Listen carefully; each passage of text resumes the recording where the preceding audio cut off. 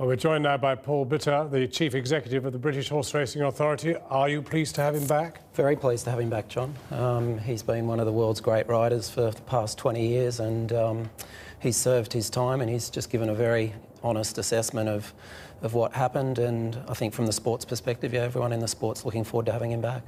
You have two great jockeys, Frankie Dettori and Kieran Fallon, both within months of each other, found not by the British tests but by French tests to have taken cocaine. What's going wrong with British testing? There's nothing going wrong with British testing. I mean, Frankie made the point that he regularly gets tested in this country, as he does in every country that they ride in. Our riders on average get tested about 4 times a season, but those that are more active, such as Frankie and Kieran, will get tested more often than that. I think Frankie was tested half a dozen times in 2012. So there's no fundamental difference between the tests. But there is something strange in that you have these two cases. And in a sense, it's a bit like Lance Armstrong, which perhaps an unfortunate reference by Frankie there. And it is possible, as long as the tests are conducted in a certain kind of a way, to evade them. And here you have the French allowing they clearly have a procedure which goes much further back in the body's system to dredge up these remnants. Well, our testing is not dissimilar, and the reality is that on a benchmarking perspective, the amount of positives that we have, it's very low, but it's comparative to other jurisdictions, so it's not massively out of kilter with other jurisdictions. Have you tightened it up?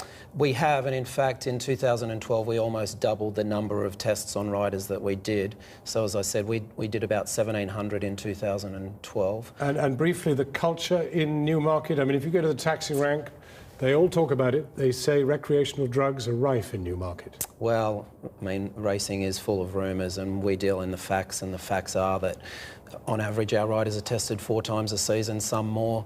There's no evidence that this is an endemic issue in the sport. But as I said, racing is in every jurisdiction full of rumour.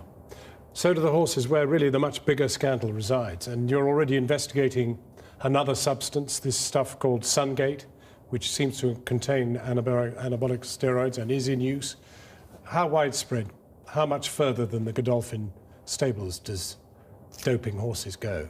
Well, specific to the Godolphin issue, that investigation is ongoing, as it is with Sungate, and we are aware off the back of the Gerard Butler case that the vets that issued that to Gerard Butler have also issued it to a number of other stables, and that investigation is ongoing. But that's a pretty big disaster, isn't it? Well, it's the sort of coverage that any sport wouldn't like to have, but I think if you look at it on an international perspective, British racing is considered to be very well regulated. British racing surely has taken over from world cycling. I think that's a very harsh assessment, and the facts just simply don't stack that up. I mean, but Godolphin... what world cycling has done to cure its ills has been to have an absolutely blanket international standard.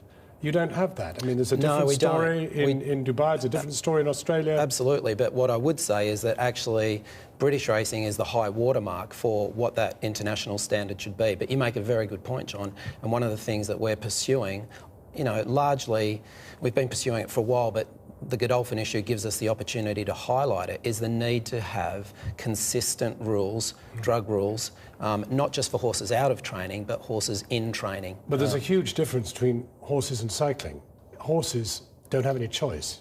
It's what they get pumped with. And that's a horrible thought.